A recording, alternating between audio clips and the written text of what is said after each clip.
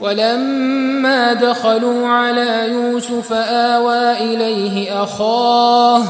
قال إني أنا أخوك فلا تبتئس بما كانوا يعملون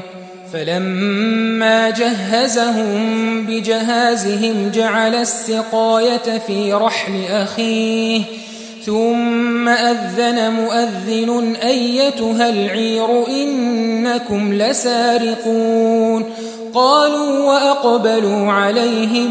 ماذا تفقدون قالوا نفقد صواع الملك ولمن جاء به حمل بعير وأنا به زعيم قالوا تالله لقد علمتم ما جئنا لنفسد في الأرض وما كنا سارقين قالوا فما جزاؤه إن كنتم كاذبين قالوا جزاؤه من وجد في رحله فهو جزاؤه كذلك نجزي الظالمين فبدأ بأوعيتهم قبل وعاء أخيه ثم استخرجها من وعاء أخيه كذلك كدنا ليوسف ما كان ليأخذ أخاه في دين الملك إلا أن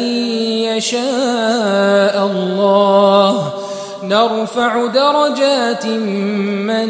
نشاء وفوق كل ذي علم عليم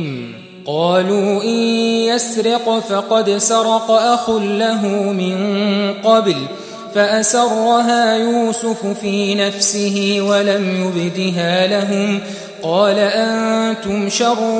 مكانا والله أعلم بما تصفون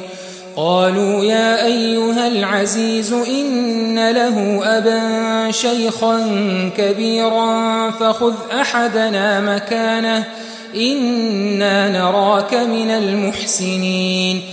قال معاذ الله أن نأخذ إلا من وجدنا متاعنا عنده إنا إذا لظالمون اور جب وہ لوگ یوسف کے پاس پہنچے تو یوسف نے اپنے حقیقی بھائی کو اپنے پاس جگہ دی اور کہا کہ میں تمہارا بھائی ہوں تو جو سلوک یہ ہمارے ساتھ کرتے رہے ہیں اس پر افسوس نہ کرنا۔ پھر جب ان کا اسباب تیار کر دیا تو اپنے بھائی کے تھیلے میں آپ خورا رکھ دیا۔ پھر جب وہ آبادی سے باہر نکل گئے تو ایک پکارنے والے نے آواز دی کہ قافلے والو تم تو چور ہو۔ وہ ان کی طرف متوجہ ہو کر کہنے لگے کہ تمہاری کیا چیز کھوئی گئی ہے؟ وہ بولے کہ بادشاہ کا کٹورا کھویا گیا ہے اور جو شخص اس کو لے کے آئے اس کے لیے ایک بار شتر انعام اور میں اس کا ضامن ہوں۔ وہ کہنے لگے کہ اللہ کی قسم تم کو معلوم ہے کہ ہم اس ملک میں اس لیے نہیں آئے کہ خرابی کریں اور نہ ہم چوری کیا کرتے ہیں۔ وہ بولے کہ اگر تم جھوٹے نکلے یعنی چوری ثابت ہوئی تو اس کی سزا کیا؟ انہوں نے کہا کہ اس کی سزا یہ کہ جس کے تھیلے میں وہ دستیاب ہو وہی اس کا بدل قرار دیا جائے۔ ہم ظالموں کو یہی سزا دیا کرتی ہی۔ پھر یوسف نے اپنے بھائی کے تھیلے سے پہلے ان کے تھیلوں کو دیکھنا شروع کیا، پھر اپنے بھائی کے تھیلے میں سے اس کو نکال لیا۔ اس طرح ہم نے یوسف کے لیے تدبیر کی، ورنہ بادشاہ کے قانون کے مطابق وہ اپنے بھائی کو لے نہیں سکتے تھے مگر یہ کہ اللہ چاہے۔ ہم جس کے چاہتے ہیں درجے بلند کرتے ہیں اور ہر علم والے سے بڑھ کر ایک بڑا علم والا ہے۔ برادران نے یوسف نے کہا کہ اگر اس نے چوری کی ہو